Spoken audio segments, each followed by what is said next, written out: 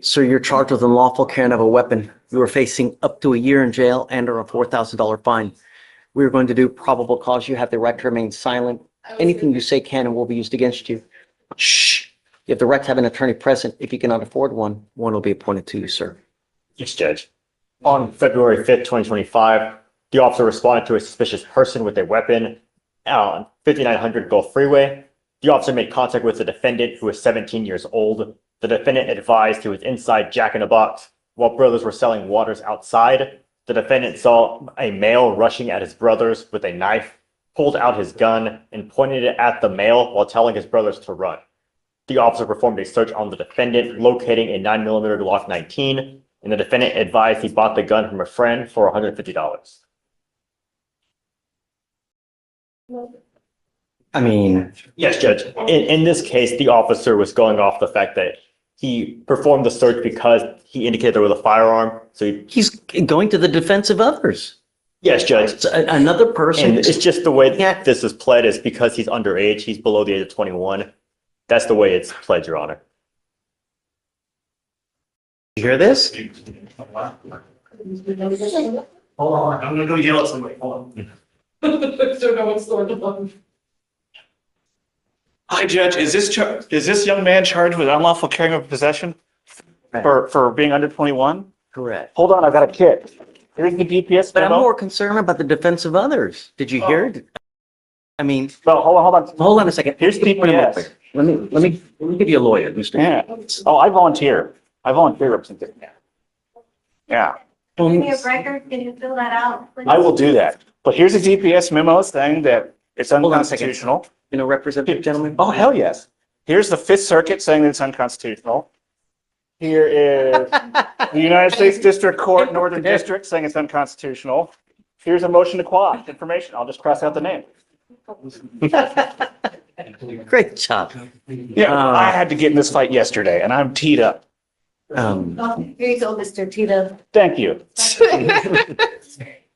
Judge. I was is there gonna, PC? yeah, look, you gotta be very careful. You know, God forbid something happens where you really dig yourself a hole. I'm gonna find no probable cause, but really, you have to be very careful. You know, sometimes you make a decision in life and it can really have consequences, all right? You know what that means, right?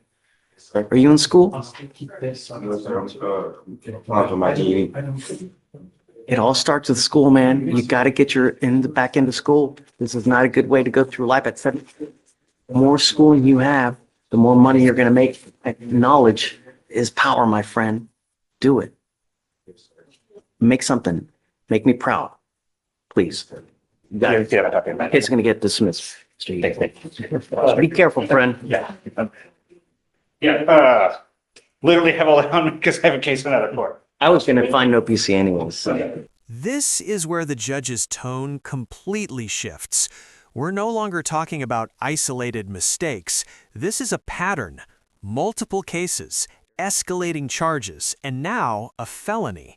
In court, repetition isn't just bad luck. It's evidence that prior warnings didn't work, and judges take that personally. I'll tell you how disappointed I am. With us, in October, terroristic threat.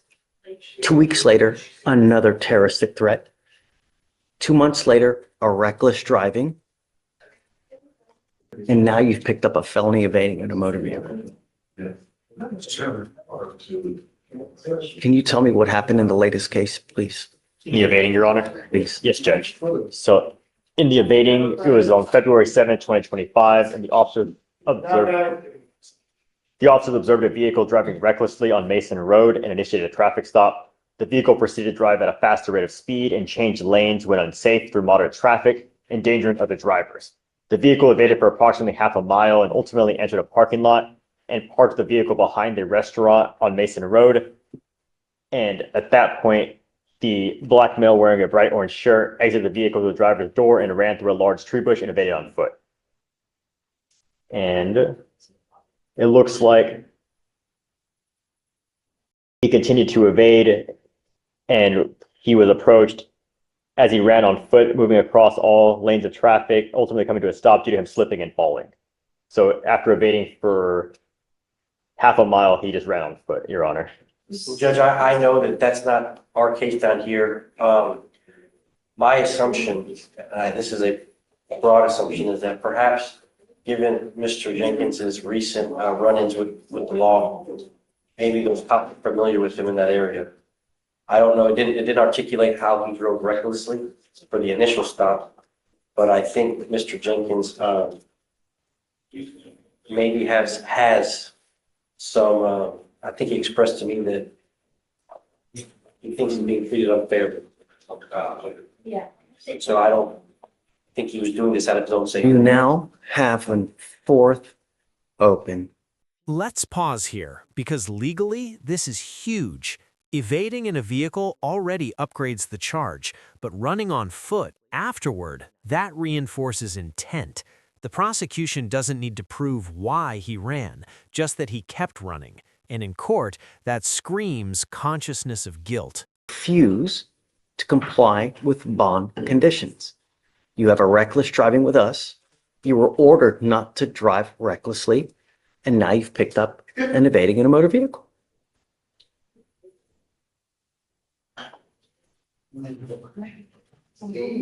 I don't know what to tell you, but Mr. Jenkins, I'm now going to revoke the bond on all the cases, and I'm going to set them high because you are a danger to my public.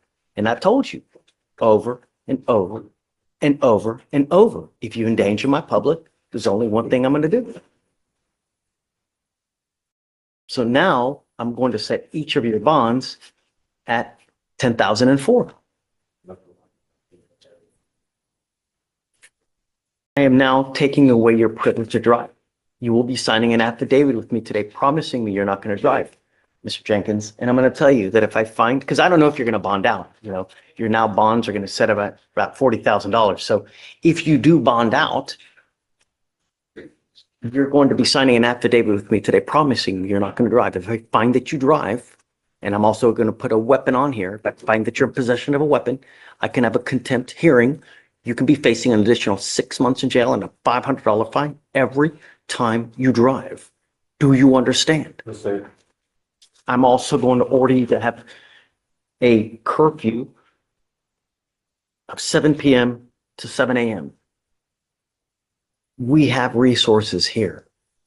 We have all kinds of things to give to people: cell phones, tablets, places to live, food to eat. All you have to do is ask, and we can give you things. But now you've repeatedly shown me that you're going to do whatever you want to do. To hell with any conditions that a judge puts on you. That's what you have effectively told me by picking up a fourth case and a felony case at that. So what you tell me now goes in one ear, goes out the other ear. I just can't. The unfortunate part is that these felony cases take a very long time to resolve. And I guess we'll track it. It looks like the felony is set for March 20th. If you want the next day, I'm happy to do it. Well, Whatever you would like to do. See what's the chance of going, I don't want to put them in custody. If there's some resolutions that we can work on. I think one of them was against the brother. The other one, we're waiting on some surveillance that may have come in already. Okay. So, Well, take your time, whatever you want. But as it stands now, you're too dangerous for me, Mr. Jenkins. You scare me. So, all right, we'll have you come up short to us, and we'll talk to you soon. Mr. Ely. I have Daniel Portillo. He is here and he may need bond conditions. Wow, he made a surety bond on all those cases. Come up, Mr. Portillo. I'm ready to set these for trial. This is the nuclear option. Bond revocation across all cases is rare, but it happens when a judge decides supervision has failed completely. Translation: the court no longer trusts promises, conditions, or excuses. At this point, freedom becomes a public safety question, not a personal one. Can't go within 200 feet of the 7015 Foray Road. No contact with Jose Cantu and Teresa Portillo Cantu. Drug and alcohol testing. travel restricted to remain in Harris County and contiguous counties, no firearms, no. Do you have a leg monitor on right now? No, sir. I'm putting one on you now and I'm giving you a curfew. I don't want you out in the middle of the night. I don't want you to have any weapons and I'm gonna have you sign an affidavit with me today, promising me you're not gonna have any weapons. You have with us a disorderly conduct, a discharging a firearm. You have 2 felony assaults, a burglary of a habitation, and now you picked up a failure to ID as a fugitive from justice. Your cases are 250 days old and it's now time to set these for trial. Do you have an offer on these cases? Oh, look, Your Honor. So There's not. there's not, Your Honor. I need you to put one on today. It's 250 days. Council, what Yes, bond Judge. conditions were you referring to? I don't see any bond conditions. And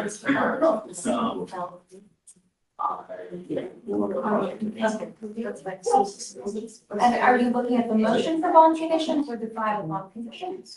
Because I currently don't see anything. It's 1875107. Okay. Order for pretrial. Absolutely. Okay. Judge, so you would like to match and add a GPS today? Yeah, and I want to put a curfew, Yes, Judge. 7 p.m. to 7 a.m.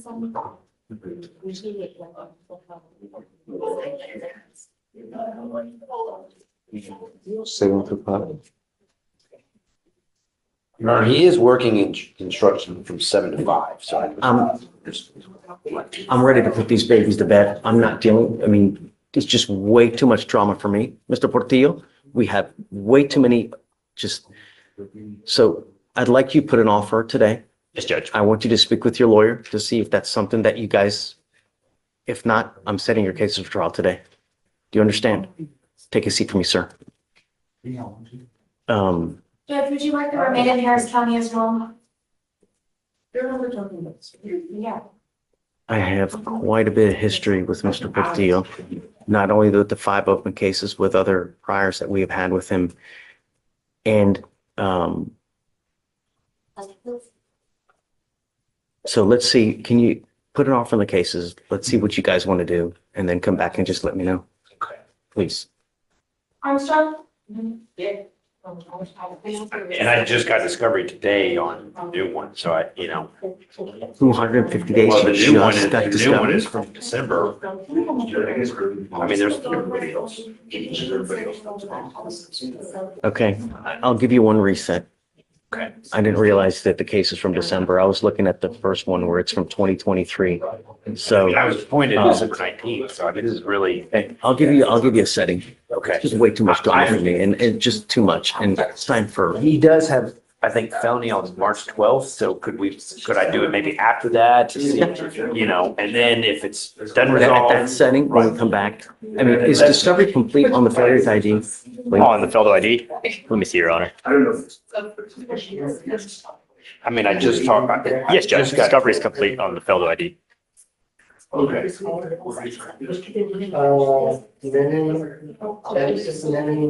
looks like there's just 2 videos that need to be shared to you, and we can share those right now. I mean, are these it? Because there's also these 2 that just popped up. Okay, So, yeah, okay. we'll make sure those are shared too. Mr. Portillo, come up. When a judge says, "You scare me," that's not emotion. That's a legal conclusion. Judges are trained to be neutral. So when one openly says this, it means they believe the risk of harm is real, immediate, and unacceptable. That single sentence explains everything that follows. My power to protect my county at all costs. Do you understand? I'm giving you 30 days. It is your responsibility between now and then to meet with Mr. Elek.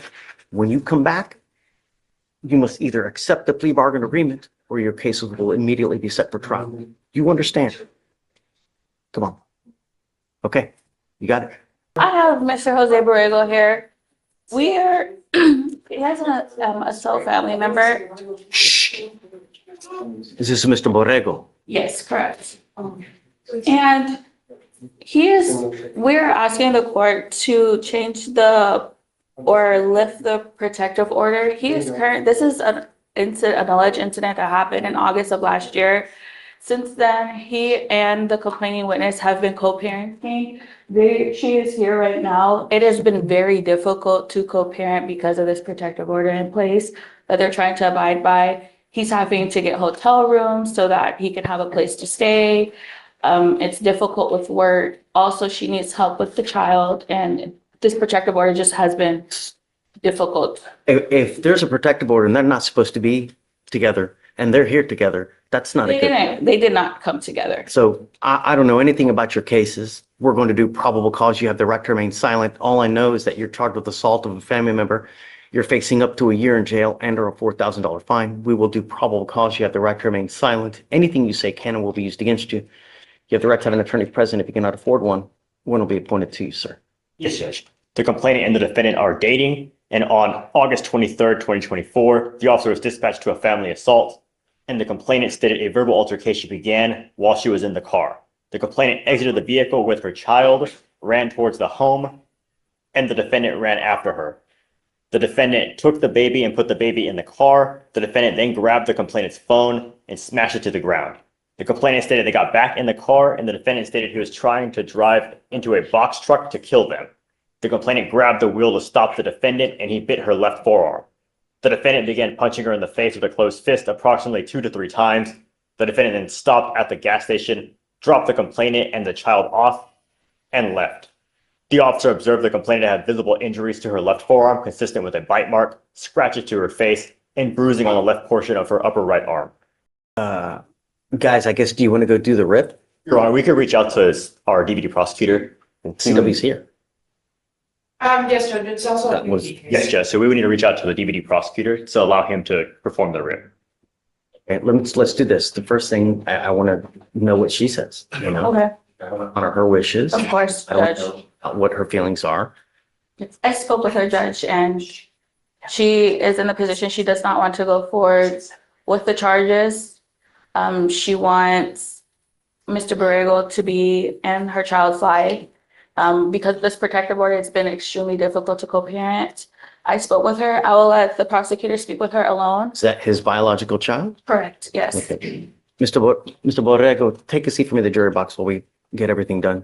And then let me wait for the DVD to get here and then we'll get the rip done and then we'll talk. Okay, thank you, Judge. You got the rip? Yes. Thanks. So, I understand that there's some issues in terms of child custody and all that. So what I'm willing to do is agree to no threatening or harassing, but keep the residency restriction because they don't live together. And I don't see a reason to allow him to be back at that residence. He's currently going to hotels and motels so that he can abide by this protective order. It's been a financial strain on him. He's working, hours have been a little short, so it's just becoming increasingly difficult for him to continue to stay out of the residence, away from his child. So I'm asking that the resident. My concern is the protection of the Understand. complaining witness, No, Judge, and and I will say, I understand that, but given his prior assaultive history, the fact that there's an OR that, allegedly involves another assault after this date, I can't agree to a I residence don't, what are restriction. you talking about? He has 2 TDC trips for ag assaults. Okay. You're saying there's an assault after this assault? So I have a note that there was some sort of assault involving the same complainant from October. I'm working on getting the offense report to verify You know what about that I'm is. not aware of that, Judge. So I, Come up, Mr. Borrego. Come up. I'm not going to allow a contact if there's a prior assault that you're alleging as well now.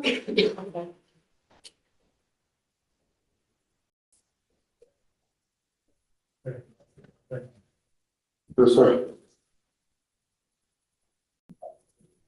95% of the people who are in jail now are there because they have no self-control. They get upset, they wig out, and they do whatever the hell they want to do without thinking, if I do this, what's going to happen? If I say this, what's going to happen? The idea that we have these orders in place are so that nothing else happens. The last thing we want is more mayhem and bloodshed on our streets. I mean, every single day we have someone dying on our streets because of no self-control.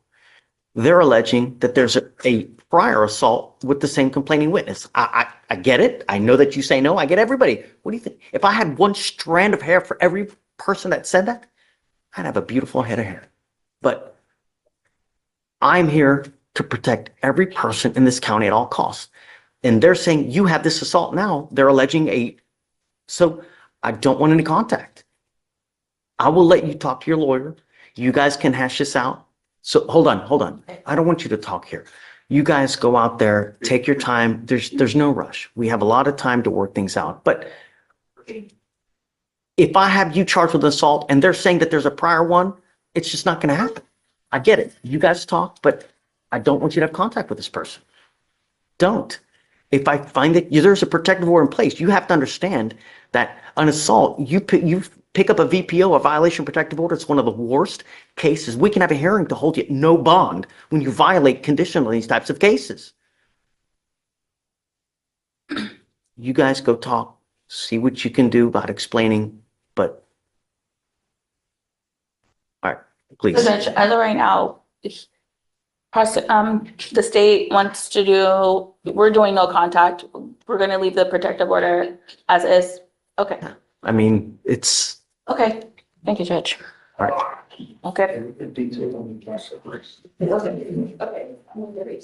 This isn't absolute, but what I have to know is that you're trying to better yourself. You know, my main concern is that I want you to be a productive person. I want you to work. I want you to work full time because if that's your baby needs food, man. Baby needs clothes.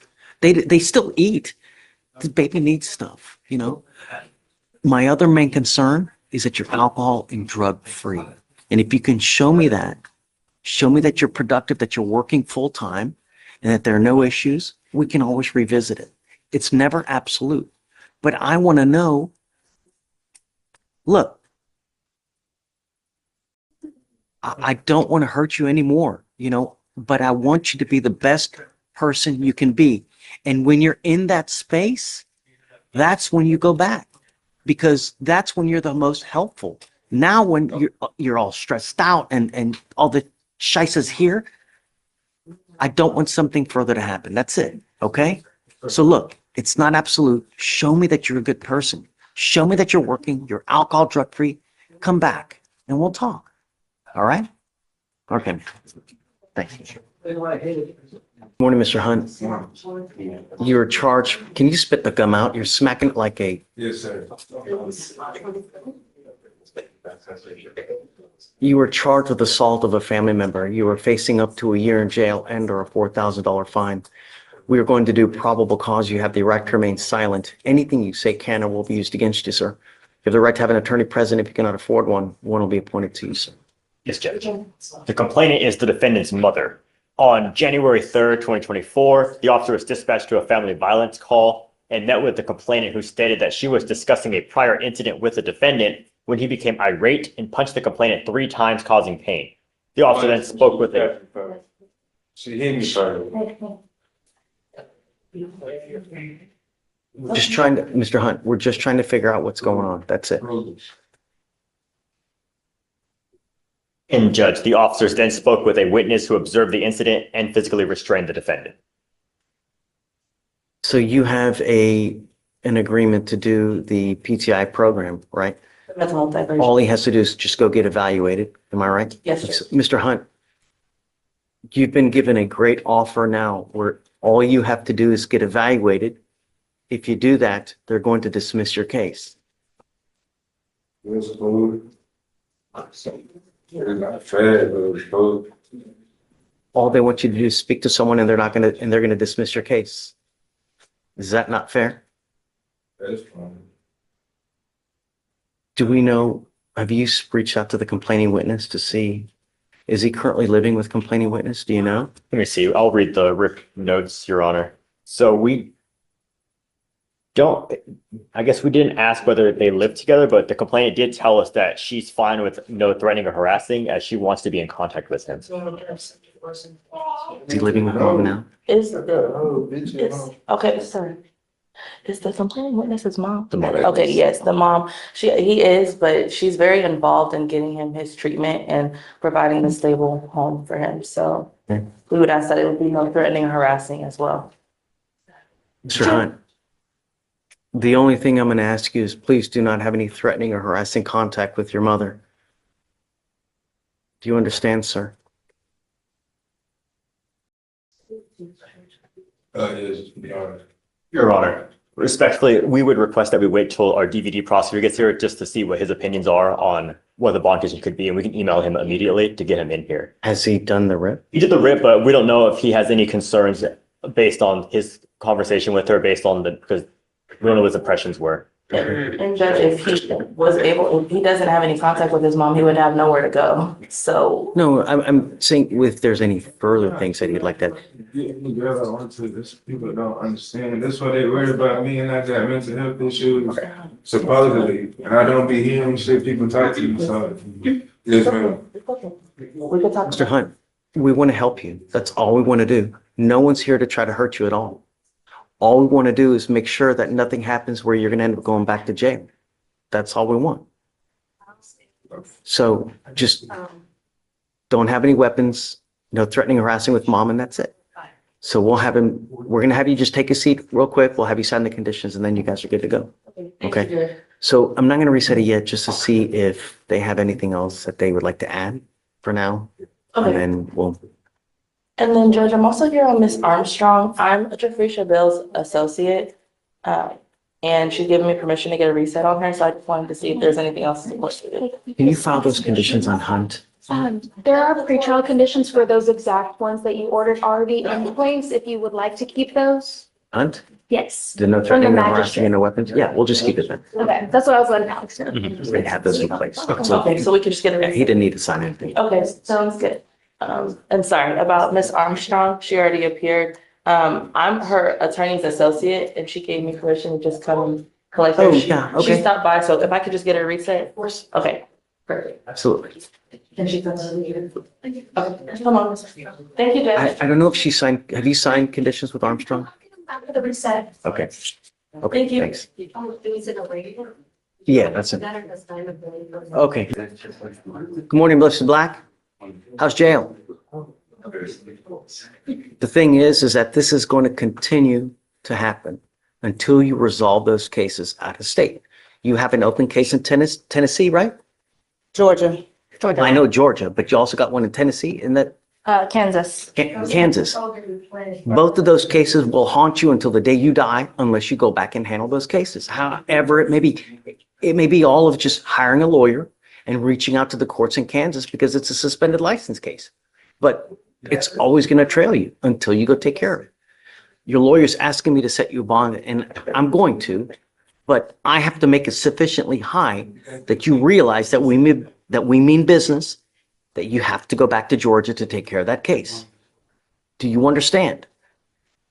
You also need to understand that I don't play games. If I set you a bond, I'm only going to give you one. I'm not going to do this again. So if you bond out and you fail to go back to Georgia, I will issue a nationwide warrant for your arrest. I'm going to set the bond at 0. And if you don't go back, I set it at 0. I'm going to get you back. And this time I will hold you until Georgia comes and gets you. Do you understand? You have one chance to make this right. So what's the bond amount? Ask for $500. Judge Fletcher, we're asking for a high bond or no bond, 5 figures. That's what Day is requesting. What kind of bond can you make? Actually going through cancer treatment right now, so that's the reason I really need to get out, so I can do my treatment. I don't know that. How do I know that? How do I know you're not just saying that?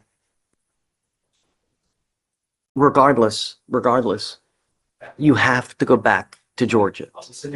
So I didn't know I had this over my head, so. what kind of bond can you make? I'll be paid. I'm gonna be able to pay. I'm good at 1,000. If you want 1,000, I'll give it to you.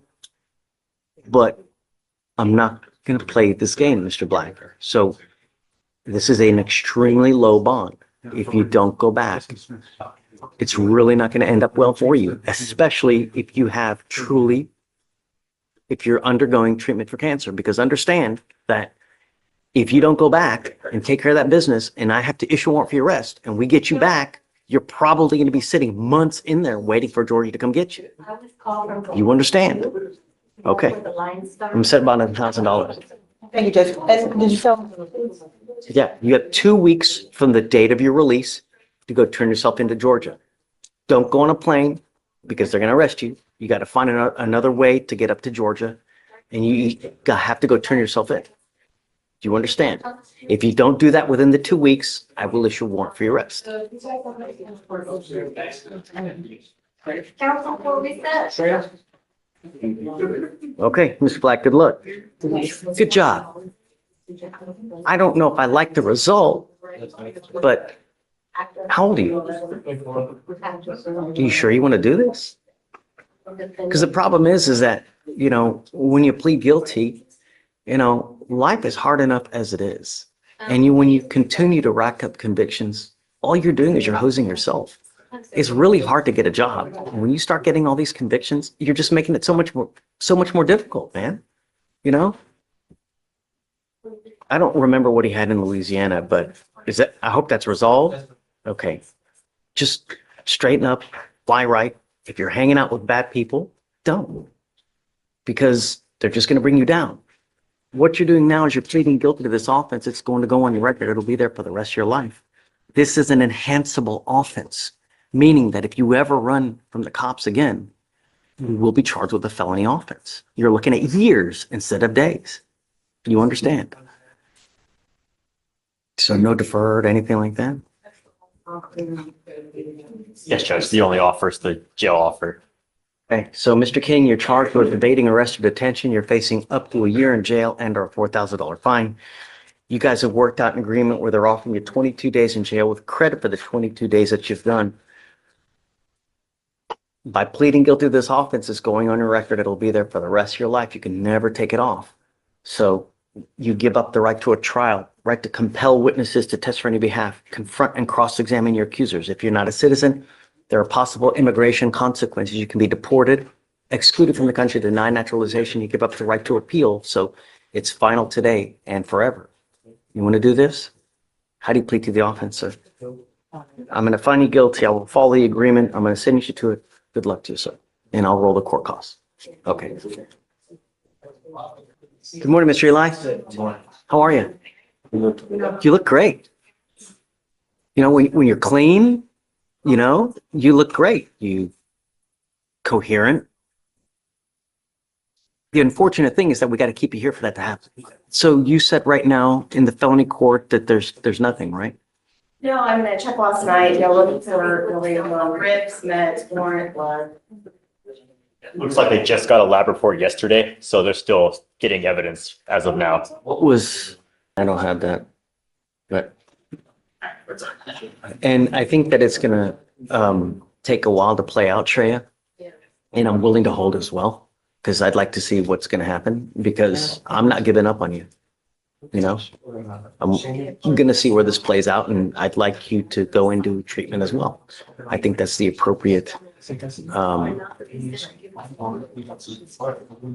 that is needed in us. And I don't know what it's gonna take to get your attention, but hopefully we can somehow before something catastrophic happens, where you end up with a very lengthy prison sentence.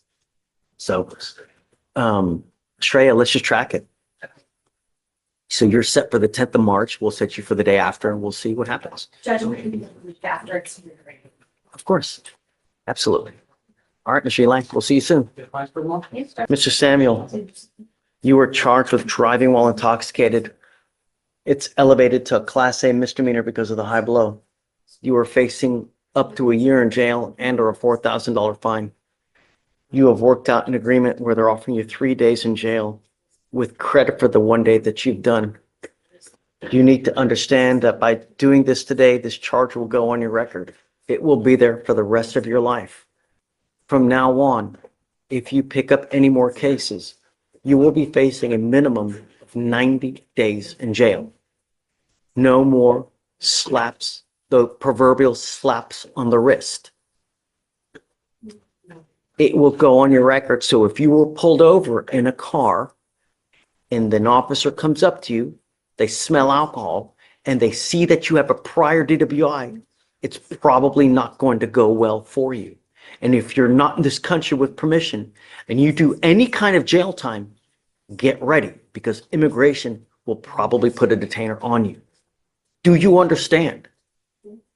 Yes. What I'm trying to tell you is that even if you have a sip of alcohol, I wouldn't get into a car.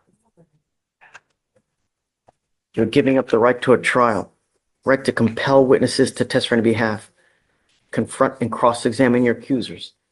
If you are not a citizen, there are possible immigration consequences. You can be deported, excluded from the country, denied naturalization under federal law.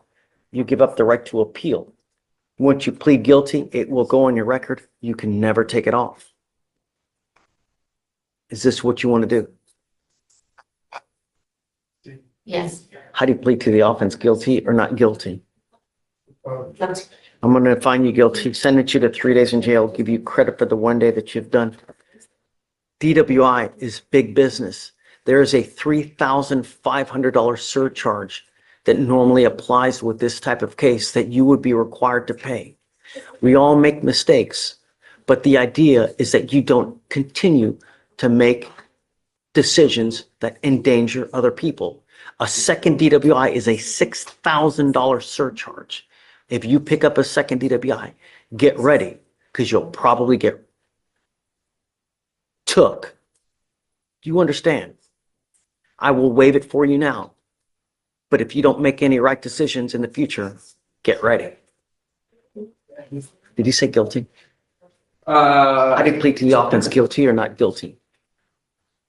guilty. I will send you to the agreement. Good luck to you, sir. How long's the drive through inspection? 90 days. Sorry, guys, didn't have my coffee this morning. Me too. I forgot it in the car.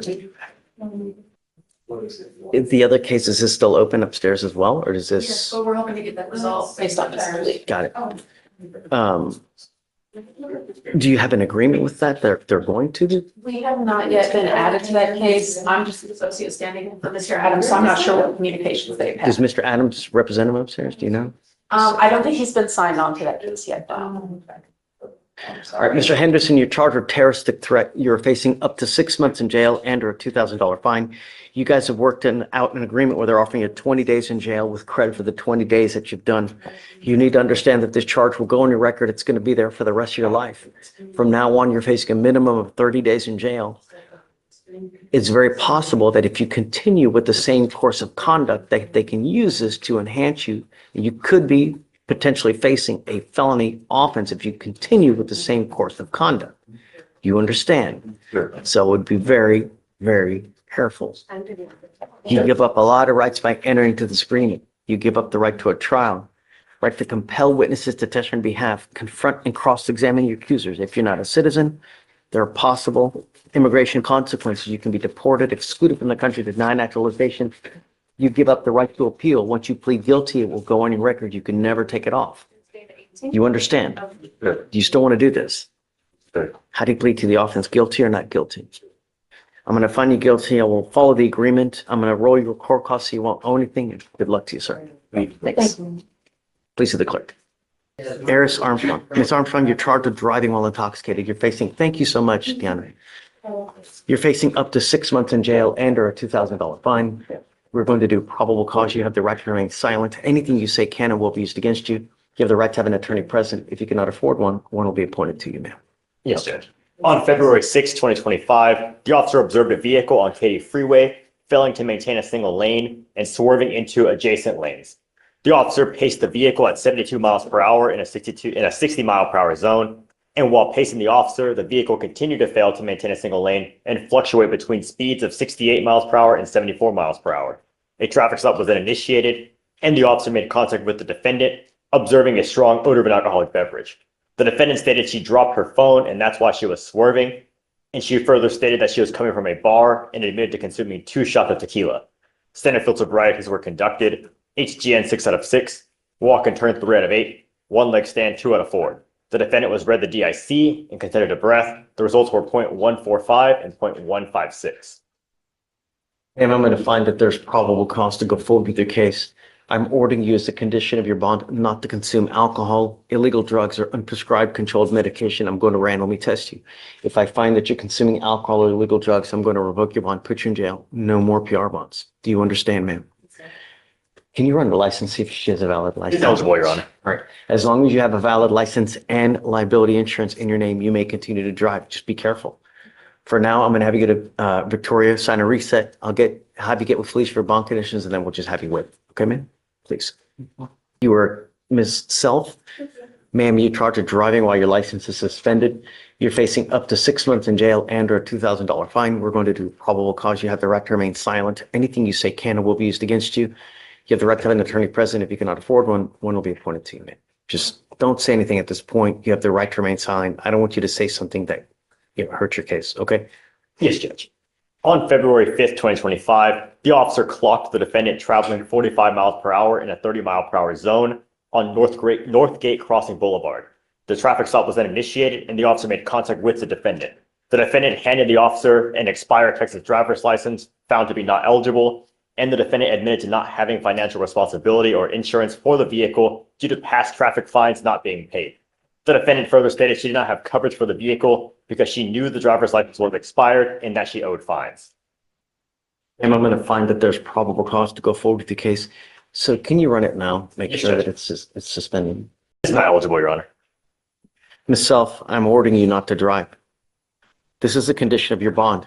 I don't care what your excuse is. You cannot justify getting into a car. I don't care if there's a medical emergency. If you don't have a license and you don't have insurance in your name, you are not allowed to drive. Do you understand?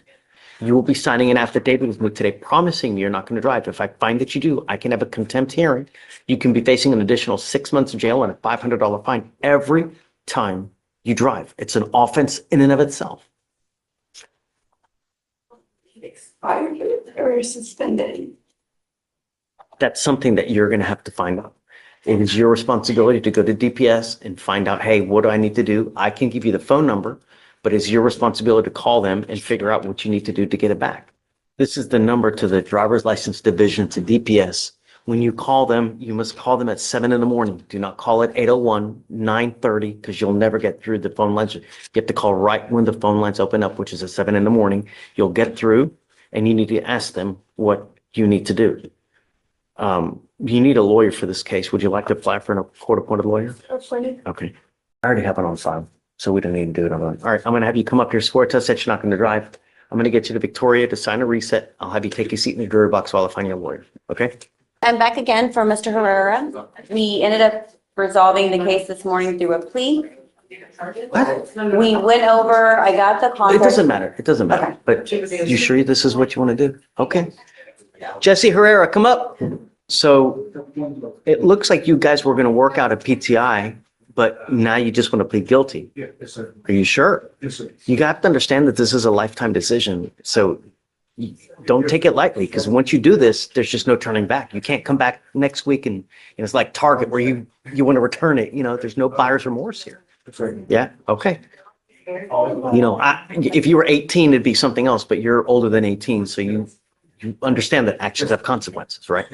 All right. You're giving up the right to a trial, right to compel witnesses to testify on behalf, confront and cross-examine your accusers, the right to be arraigned, charged, read in open court. If you're not a citizen, there are possible immigration consequences. You can be deported, excluded from the country, denied naturalization under federal law. You give up the right to appeal. So once you accept this agreement, it's done. It's over forever. You can never appeal this. Do you understand? How do you plead to the offense of driving while intoxicated? Guilty. I'm going to find you guilty. I'm going to sentence you to 6 days in jail. I'll give you credit for the 2 days that you've done. You also need to understand one more thing. What we're doing today, from now on, you are facing a minimum of 30 days in jail. The other thing that you need to understand, if you ever get pulled over again, an officer is going to look up your record. If they come to your car and they smell alcohol or dope, they'll see a prior DWI. What do you think is going to happen? Right.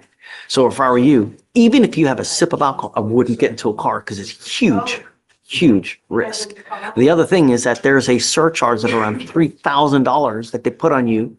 On a second, it's $6,000. Everyone makes mistakes. But if you continue to make mistakes that you endanger other people's lives, I'm really going to stick it to you. And it's going to be monetarily and with custody. You get it? I'm going to waive your fees now, but you come back here with the DWI.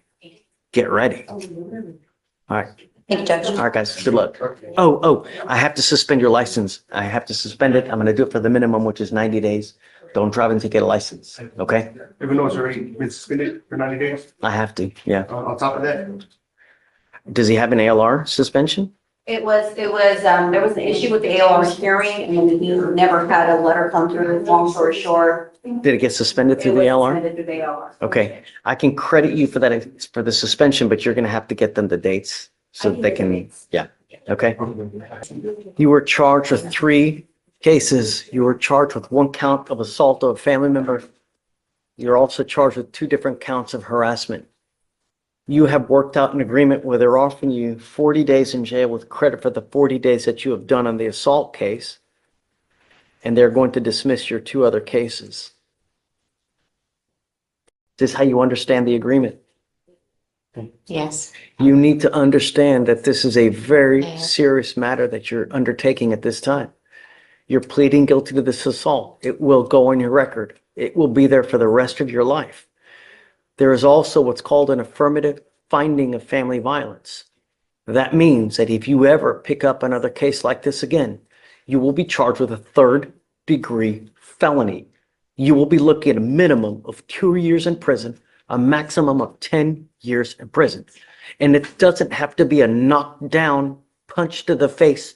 All it needs to be is you grab someone's arm and squeeze just so that there's a little bit of pain. And you will be looking at up to 10 years in prison. Do you understand?